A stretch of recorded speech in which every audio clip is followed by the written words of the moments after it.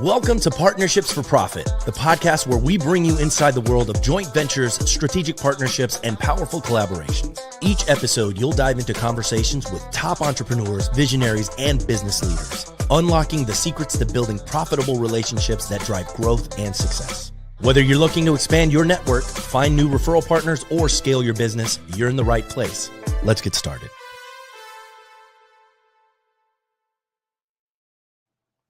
Welcome to Partnerships for Profit, presented by LeDuc Entertainment. Today we are joined by Flavia Moody, who is an immigration attorney and the founder of the Rocha Moody Law Firm. Flavia, welcome to the show. Hi, thank you for having me. Hi, everyone.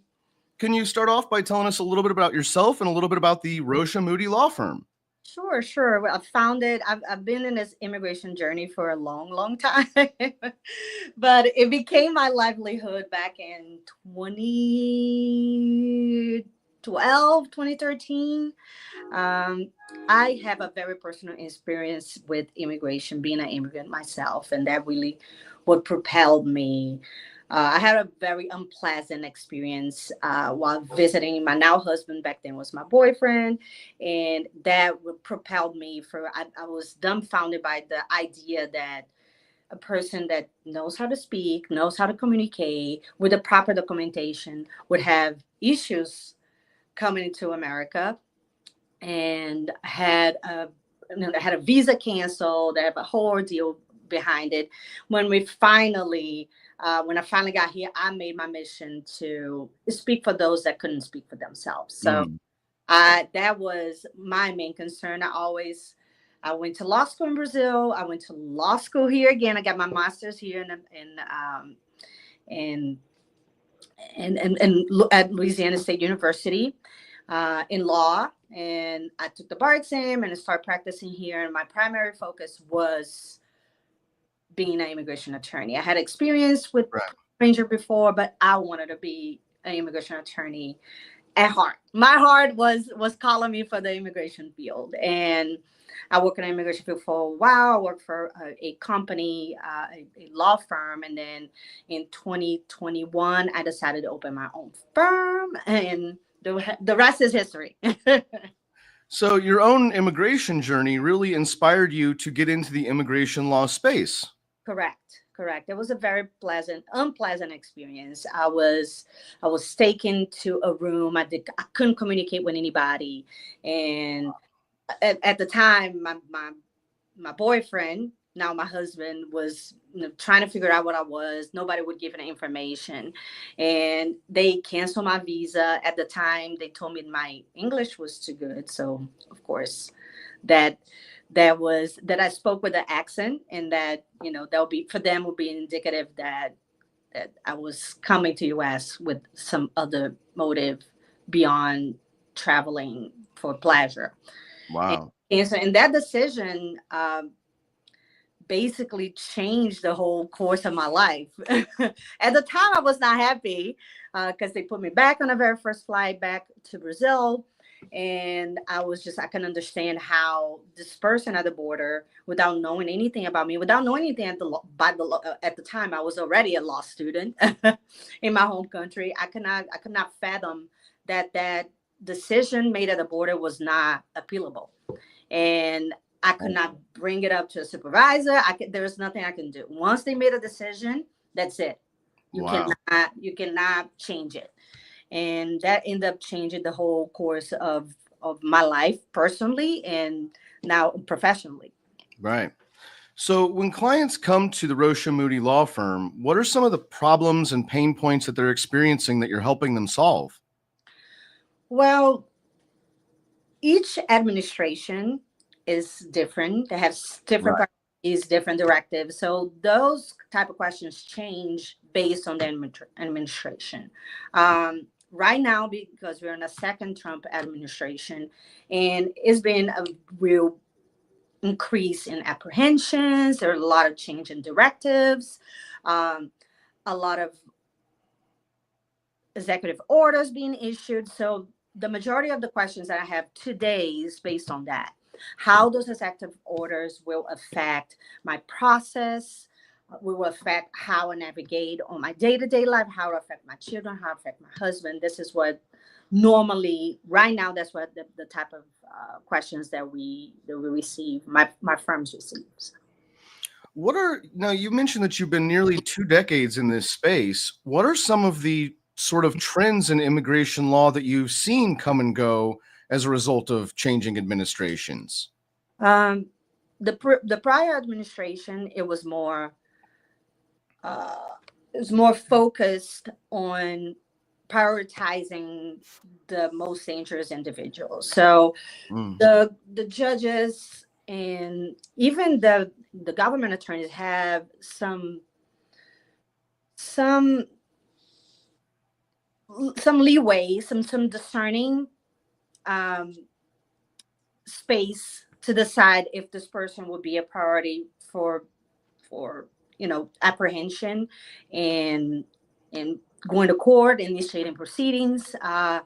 And now during this administration, the biggest change is if you're here without any proper documentation, you're already a priority. So there was right, at this point there was no focus as to who would be the most dangerous people in society that you want to have it removed. right. Now, obviously we have 4 more years of this administration. Looking forward, what do you think are some of the challenges that are going to arise, some of the new changes, some of the new trends that are going to present challenges for immigrants and people with, these sort of legal complexities? I think right now the probably what is going to be the most sought after type of relief is because of the some of the executive orders may be, and some of them are in direct contrast with the Constitution. So we anticipate that we're going to have a lot of federal litigation um, happening in order to explain those orders and how if they are compliant or not with the U.S. Constitution. What are some of the common misconceptions you think the average American holds about immigrants and immigration law? I think the most I think this is more recent. I think the most significant to me is that the immigration proceedings, which will be the equivalent of immigration court, that's the proper term to indicate when somebody is being removed or in the process of being removed or deported from the United States. Those are administrative proceedings. They're not Mm, criminal proceedings.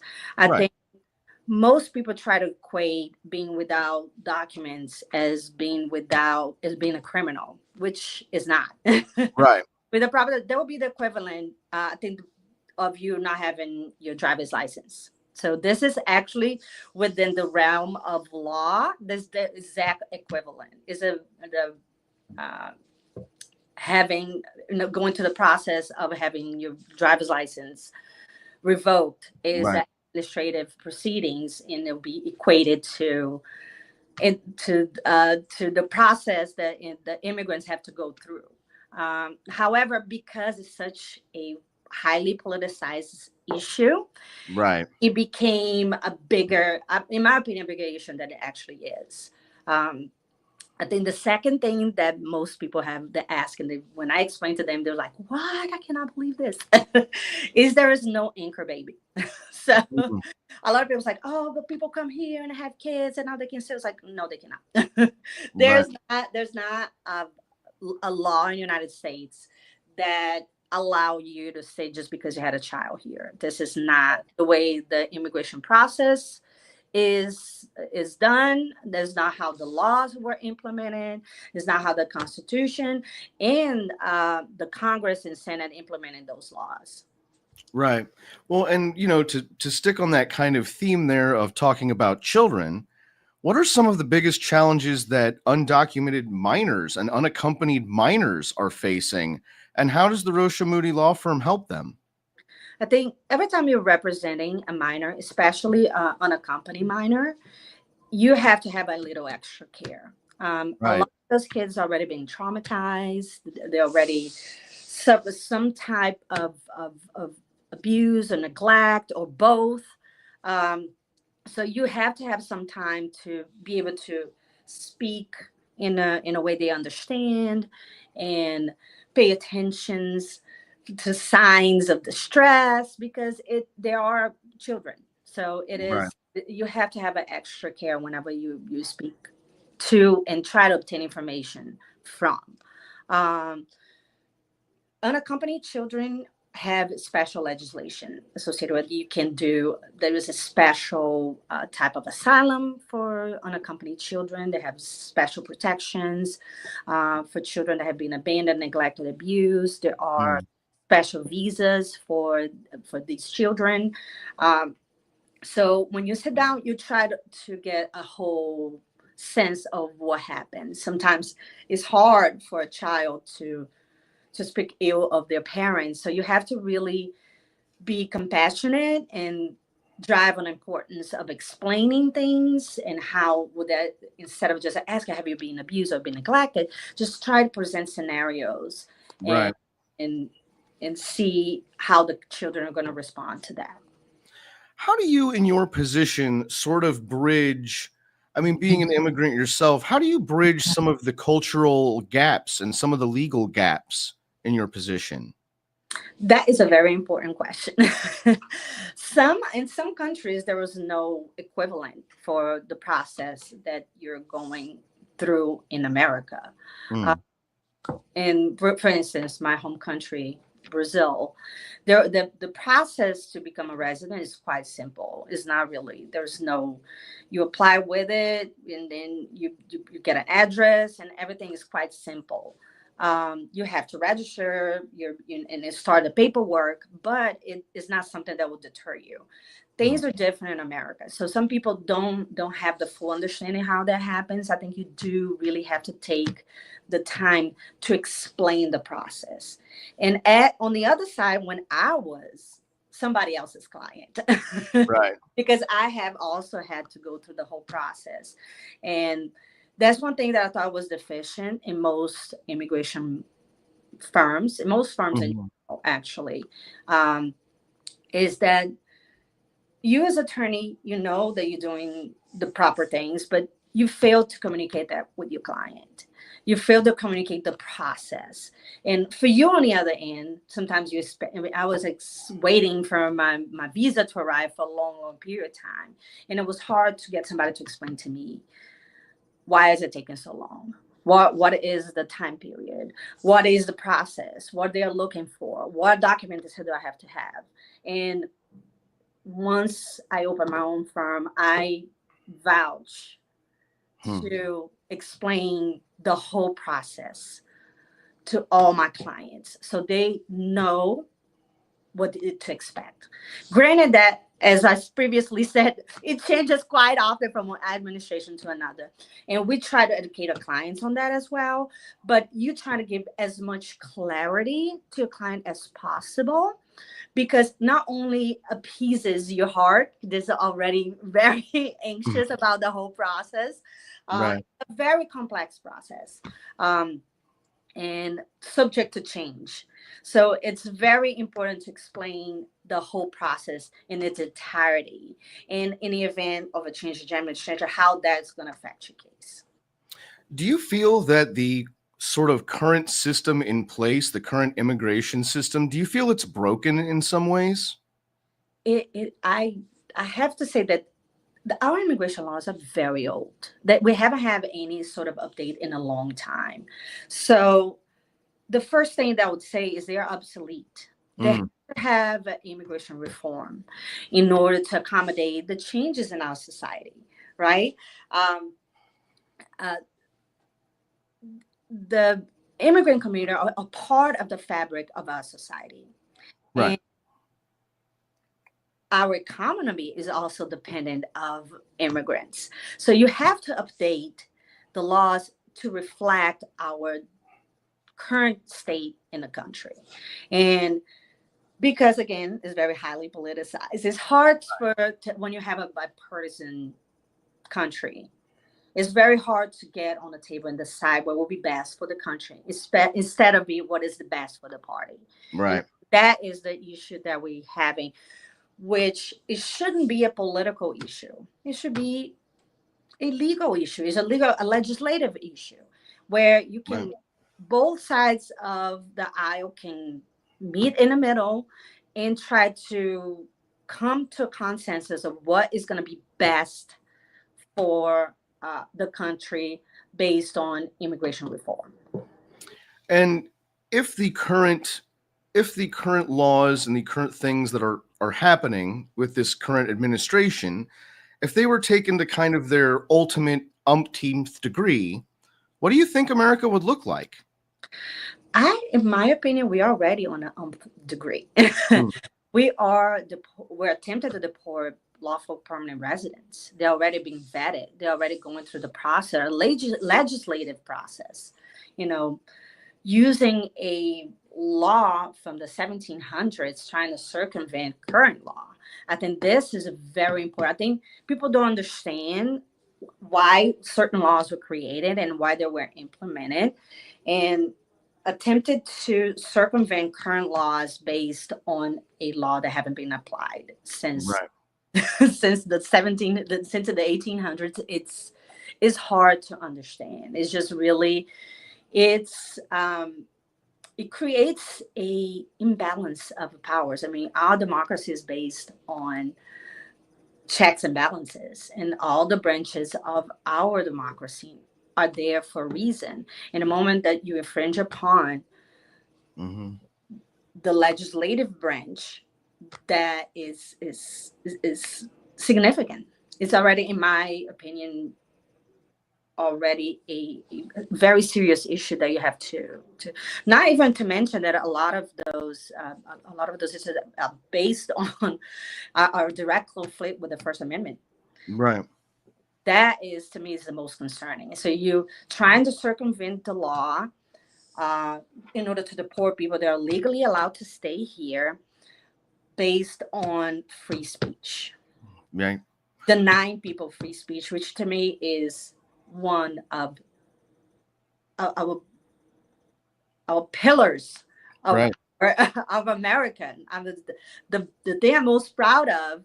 I mean, I'm from Brazil, and we have experienced firsthand what a dictatorship is like. I think America is so privileged that never had to have their democratic process contested before. Right. This is it's a rarity, and I think because of that, people don't know the risk, because Right. it's very, the democracy is, just because you see it doesn't mean that you're always going to have it. You're going to fight for it. There's a reason why all those constitutional amendments are there. That's why freedom of speech is important, because you need to be able to express your discontent without fear of persecution. So this is one of the fundamental rights of America.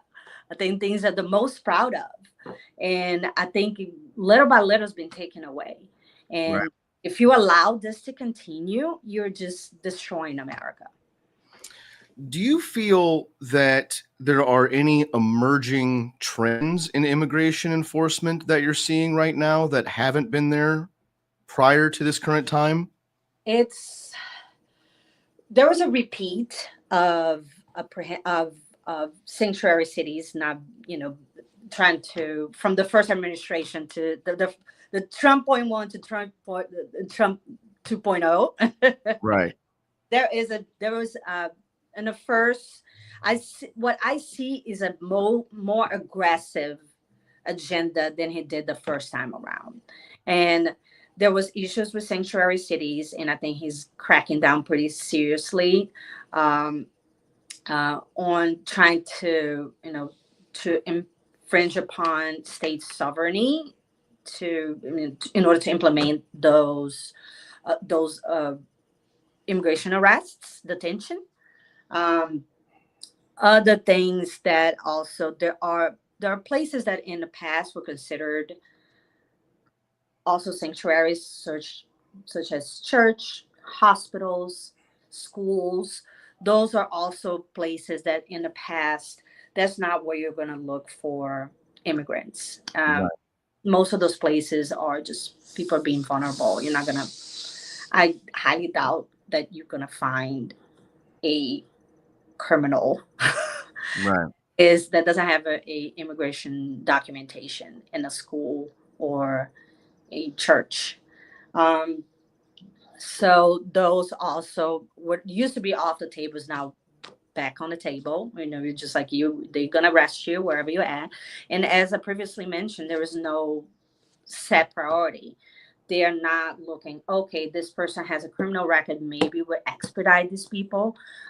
What is new that it wasn't a first administration, now there's a quota for immigration and agents that need to fulfill, which put a pressure on the agents instead Right. of exercising their discerning uh, method of who would be a priority for apprehension.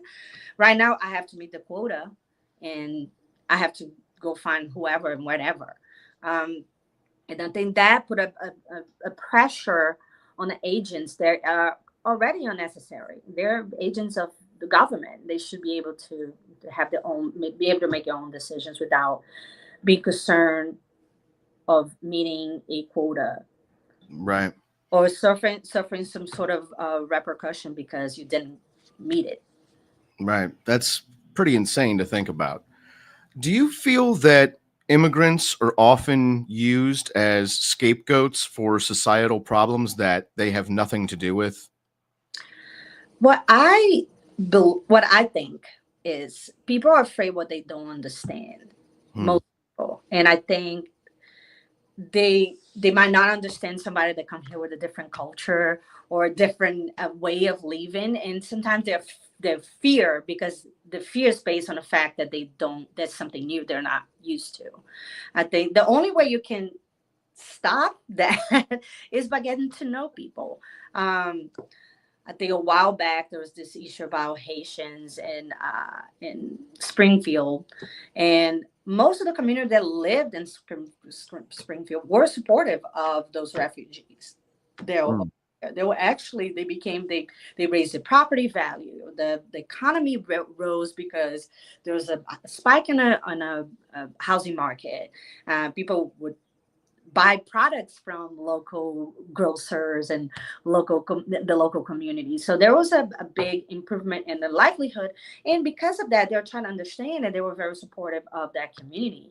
I think what is missing in our society is just have a little bit more um,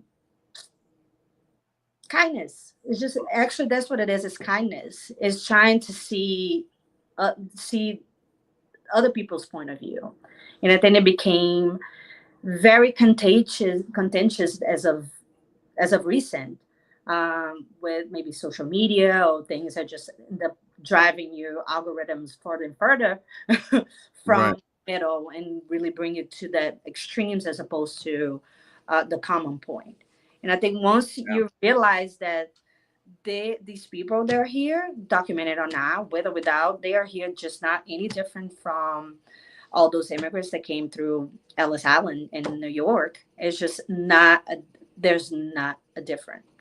different. And back then we used to embrace, and now we don't. And I think there's a misconception about um, the immigrants are being vilified now. And I always, every time that people ask this question, oh, these criminals are here. It's like, so do you know any immigrant that's, and they're always like, no, I know, but they're here without the documents. They're criminals. I was like, well, there's not really a crime. Right. Right. uh, and some people there are here that they have visas revoked for no apparent reason, and is just the temperature of society is just trying to. We're afraid of things are happening in our society, and we look for somebody to blame. And I Right. think most people are going to blame things that they don't understand fully. I think if we just as a society just create some time to do our own research, trying to figure it out what really is happening, um, if this vilification of immigration is actually valid, or if it's just attempt to explain something that you don't understand. Right. Can you tell me a little bit about your role as media liaison for the American Immigration Lawyers Association? Well, one of the roles is trying to communicate with people exactly what we're doing here. My main role is try to explain those changes to the community, and it could be through a podcast like right now. It could be through social media, it could be through a press release. So we're here just to try to educate the community into immigrants and non-immigrants. If you're a U.S. citizen, a lawful permanent resident, you need questions, we are happy to answer and give you actually educated responses to your questions. What advice would you give to, I guess this is going to be a two-part question. A, what advice would you give to an immigrant facing a legal challenge? And B, what advice would you give to someone looking to get into immigration law? Um, to the immigrant, I would advise you to first, you have an issue, or if you're seeking a benefit, there's like two sides of immigration. Immigration is very important. I would implore you to go find a attorney that is specialized in the area. A lot of people want to, it's like, I'm going to try to do it myself. I'm going to use a notario. And often, and I cannot tell how many times somebody comes to my office or attempted to use somebody or trying to do it themselves and end up putting themselves in a bind. Right. As the immigration laws are complex, subject to directives from different administrations. So you need to find somebody that specializes only in immigration so they can properly advise you. Immigration is a field that is so vast. There's business immigration, there are visa, there are waivers, there are detention, there are immigration proceedings. So there's so many things you have. There's bonds. There's so many things. You need to find somebody that actually knows what's happening and has their finger on the pulse of those changes, because those changes could make or break your case. Yeah. Now, somebody that is interested, and we so need immigration lawyers, please do help the community. I would say that search for a mentor. Definitely engage. Even as a student, you can be you can be a member of AILA, of the American Immigration Lawyers Association.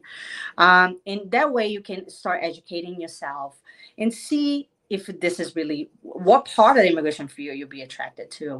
What part of this vast field would you like to specialize on?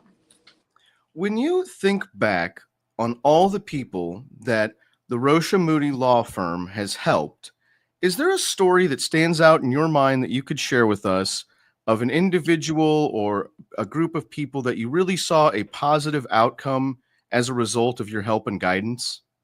There's so many, but there's one that always stuck in my heart. I'm a mom. So helping, when you said unaccompanied children, this is one of our specialties here in our firm.